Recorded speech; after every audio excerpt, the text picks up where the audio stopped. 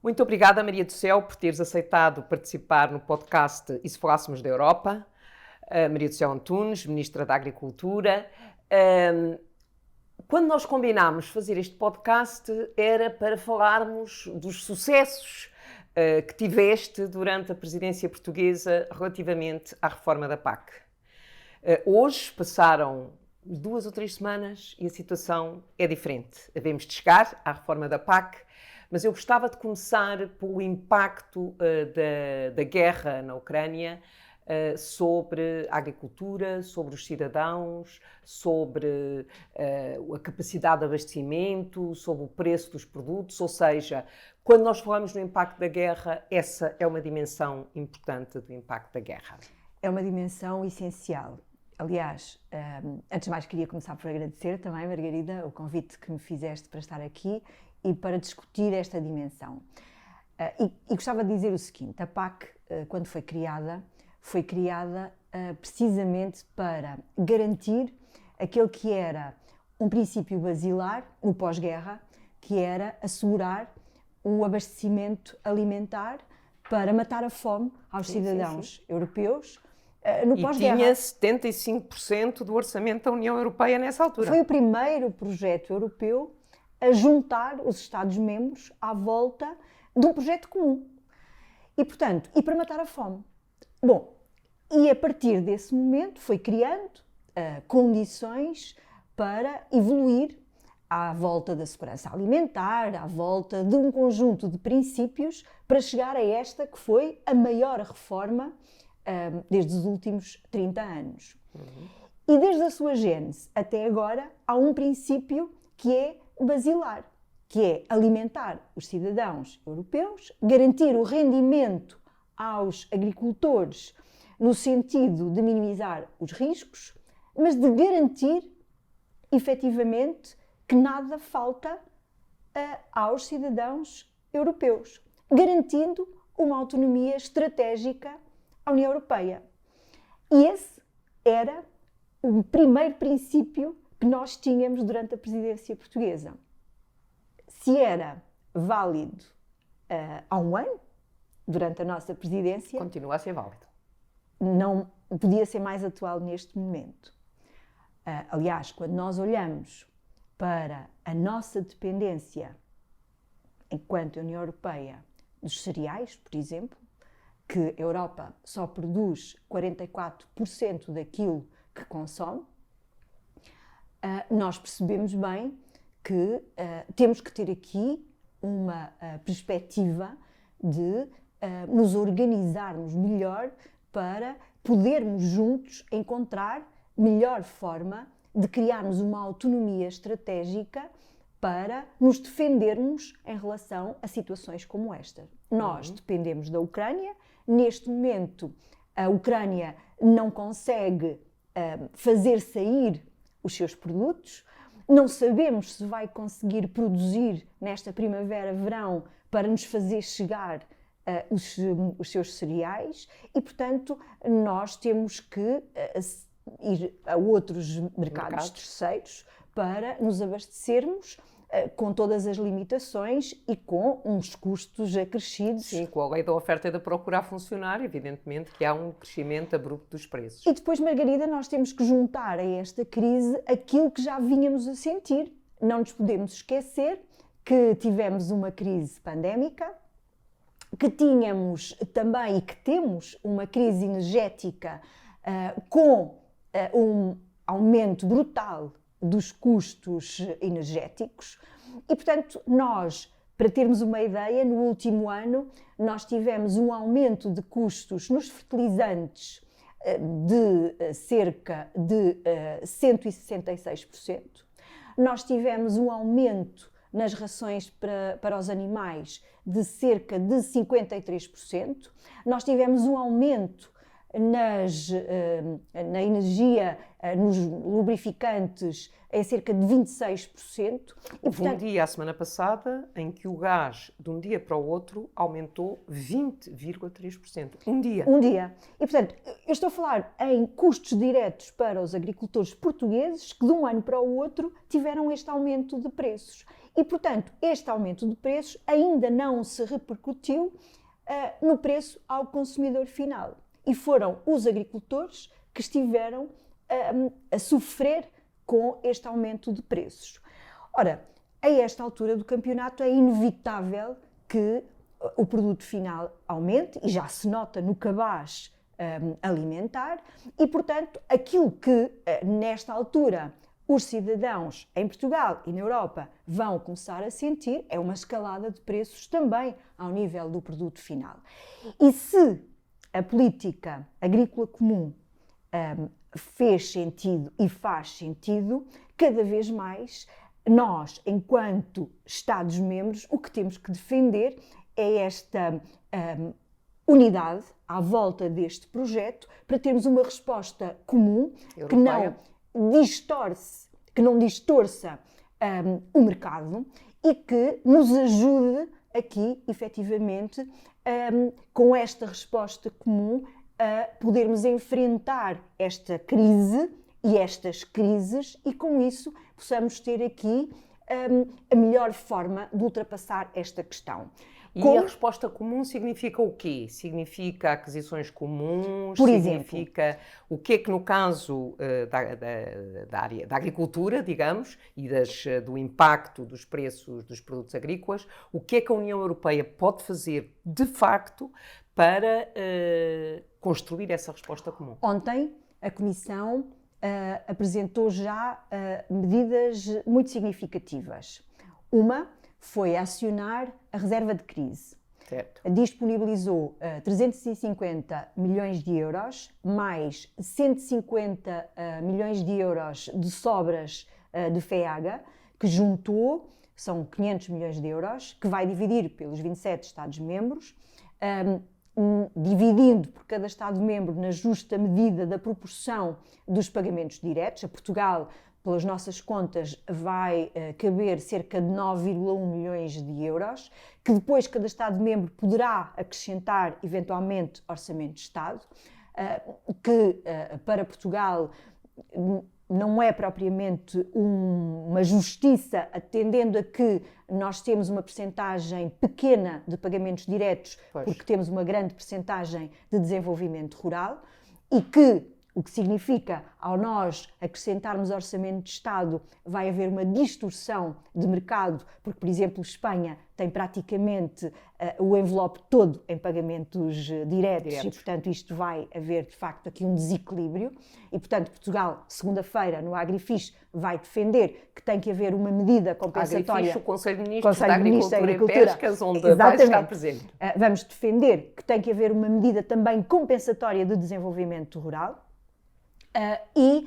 Dizia eu que esta medida, que foi anunciada ontem e que foi aprovada pela Comissão Europeia, vai permitir a cada Estado-membro encontrar forma de disponibilizar uma ajuda para os setores mais afetados por esta crise. Assim como também veio a permitir que terras que estejam em pousio possam ser utilizadas ou para a produção de proteaginosas, ou seja, de espécies que sejam capazes de fixar azoto, ou para a pastorícia.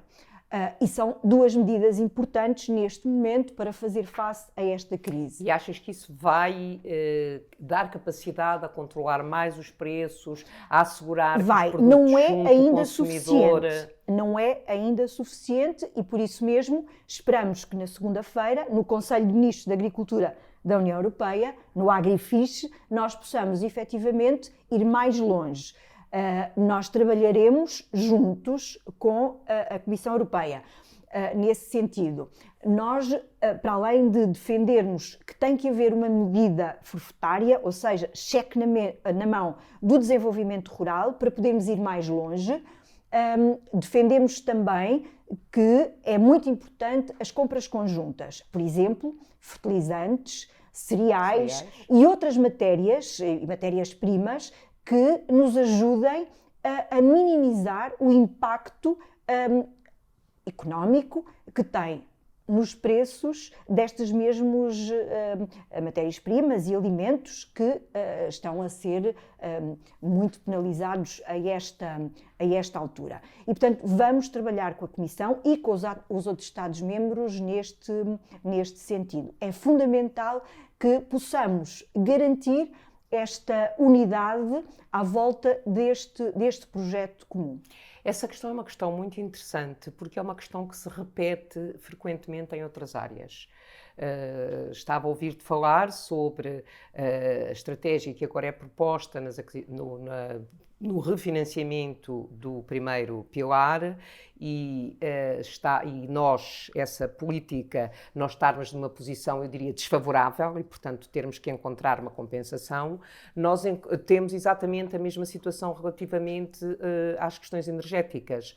Nós, quando discutimos, por exemplo, o Social Climate Fund, um fundo para mitigar o impacto social da transição climática, o que nós temos é Portugal, desse fundo, só vai receber 1,88% para 27 Estados-membros. É muito pouco. E é muito pouco porquê? Porque nós estamos avançados relativamente à transição energética, comparando com outros países e, portanto, ficamos desfavorecidos. Portanto, são dois exemplos, e são dois exemplos muito recentes, em que nos obriga, enquanto Estado-membro, neste caso enquanto Portugal, outros países em situações e em financiamentos diferentes têm que ter estratégias semelhantes, ou seja, tu tens que encontrar aliados, digamos, Estados-membros com quem possas dialogar e que possam estar a defender posições comuns. É verdade, é muito importante. Para teres uma ideia, em janeiro, quando percebemos que tínhamos um problema sério, porque não chovia, tivemos o mês de janeiro mais seco desde que tínhamos registros praticamente, e chamámos a atenção de Espanha. E Espanha nem sequer se tinha apercebido ainda da dimensão do problema. E dissemos que íamos apresentar uma proposta. A Espanha primeiro achou que para já não fazia sentido, depois perceberam que para eles também já fazia sentido e subscreveram a nossa proposta e apresentámos uma proposta conjunta para, efetivamente, termos aqui a possibilidade, por exemplo, da utilização das terras em posio. E para a tal medida excepcional de crise para acionar o fundo, no fundo, uma medida com o desenvolvimento rural. E o que é facto é que a Comissão ficou muito desperta para esta dimensão. A presidência francesa entendeu que fazia sentido e, inclusivamente, o colega alemão, quando pediu a convocação dos ministros do G7 da Agricultura para discutir a crise provocada pela guerra entre a Rússia e a Ucrânia, também colocou a dimensão da seca sobre os países do Mediterrâneo que agravam a situação da guerra. E, portanto, é nesta dimensão que nós temos que fazer lobby dentro da União Europeia. Mas eu gostava de dizer o seguinte, ainda voltando a esta dimensão que é muito importante. Esta nova PAC trazia grandes desafios e traz grandes desafios. Por um lado, porque pela primeira vez pede-nos que façamos um único plano estratégico por Estado-membro. Para nós, é a primeira vez que juntamos no plano estratégico o primeiro e o segundo pilar, ou seja, os pagamentos diretos e o desenvolvimento rural. Mas, por outro lado, é a primeira vez que temos o continente, os Açores e a Madeira. Mas também, se olharmos aqui para o lado, Espanha junta todas as regiões. E, portanto, isto é, de facto, desafiante. Mas eu queria chegar, era a outra questão, que é, há um maior nível de subsidiariedade. O que é que isto quer dizer? Nós temos as medidas e o controle com objetivos comuns a todos os Estados-membros.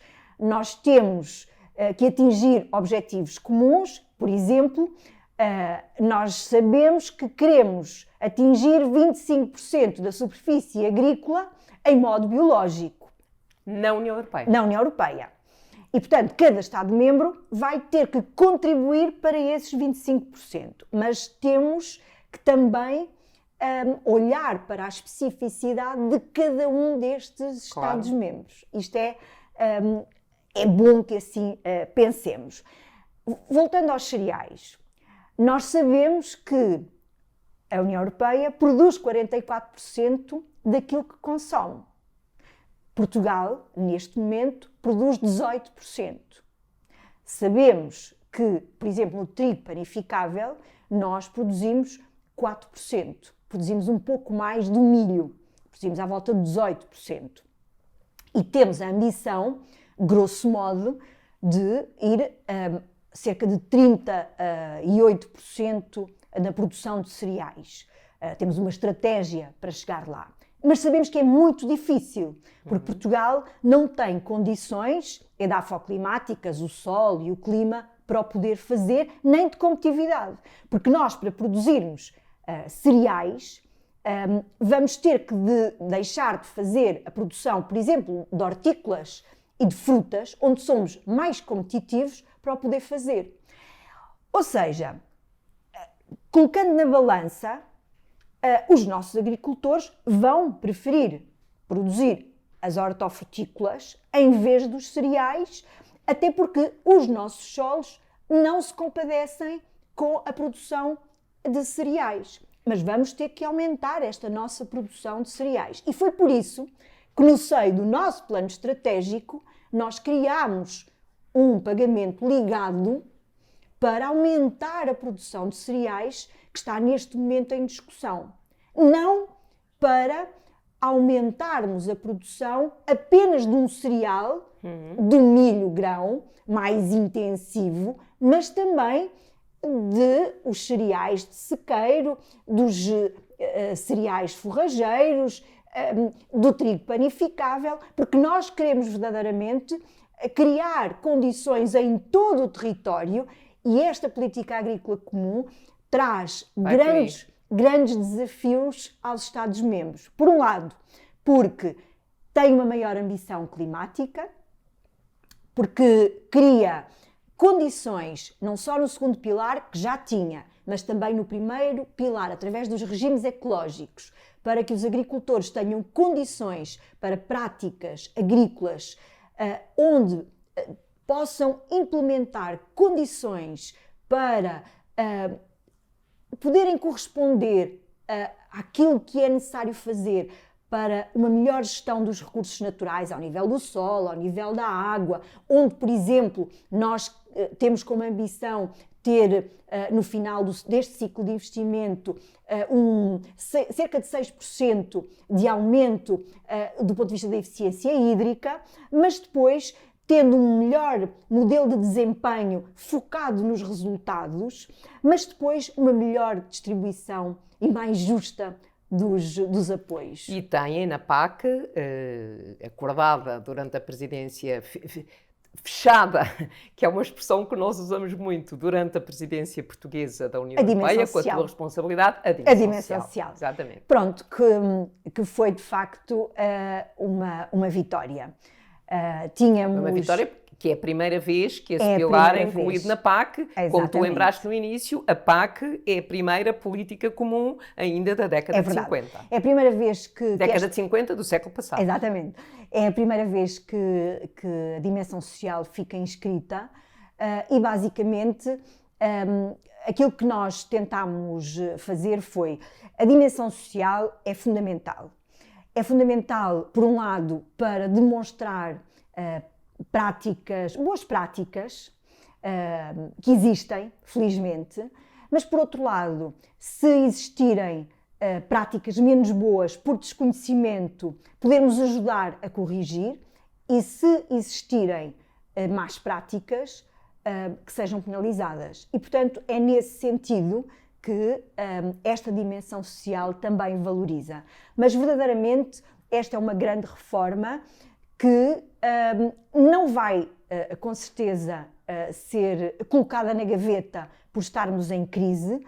Esta reforma vai permitir, também em crise, ser ajustada As metas poderão ser revistas e poderão ser ajustadas com medidas excepcionais para poder a todo o tempo corresponder àquilo que são as necessidades dos cidadãos e ajustadas também para que os agricultores tenham as melhores condições para terem as melhores respostas para servir os cidadãos, que é para isso que serve a política agrícola comum. Exato, eu penso que isso foi um passo muito importante, o se ter fechado a PAC durante a presidência portuguesa, também por isso, pela dimensão social, mas também por se perceber que a PAC existe ao serviço dos cidadãos. Porque muitas vezes, quando nós falamos da União Europeia, sobretudo as pessoas que não têm nada a ver com a PAC, apresentam sempre a PAC como sendo uma coisa muito complicada, que Portugal é muito prejudicado e outros países são muito prejudicados, outros são altamente beneficiados.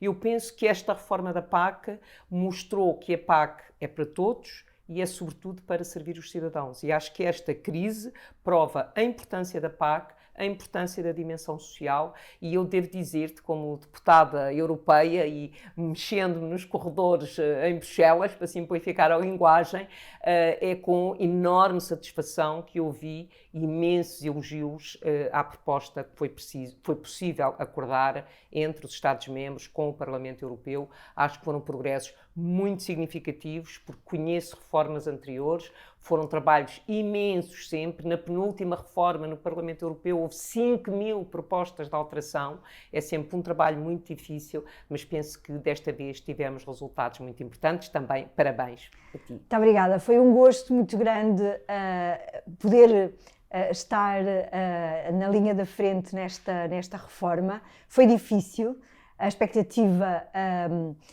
era baixa, até porque sim. Estando depois da presidência alemã, uma presidência forte que não conseguiu fazer esta reforma e, portanto, a expectativa era muito baixa. E quando chegámos a março, depois de um super trílogo em que acabámos com o Parlamento e a Comissão de Agricultura a bater palmas à nossa intervenção e que desbloqueámos as negociações, ficámos convencidos que iríamos conseguir, de facto, concluir esta reforma.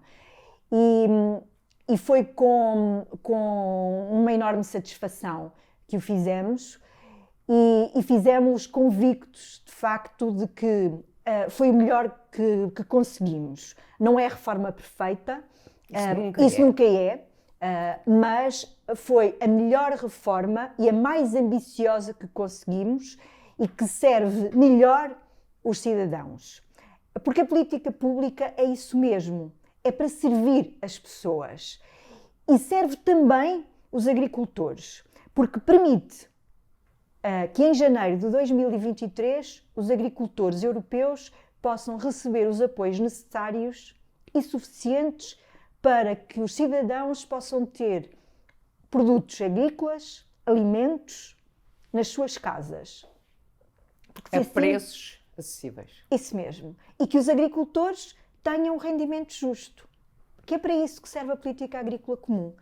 E não podemos ter um pensamento que, infelizmente, às vezes ainda subsiste, que é olharmos para uma necessidade de que cada país tem que ser autossuficiente. Nós temos que olhar para o conjunto dos Estados-membros, porque a autonomia estratégica é da União Europeia.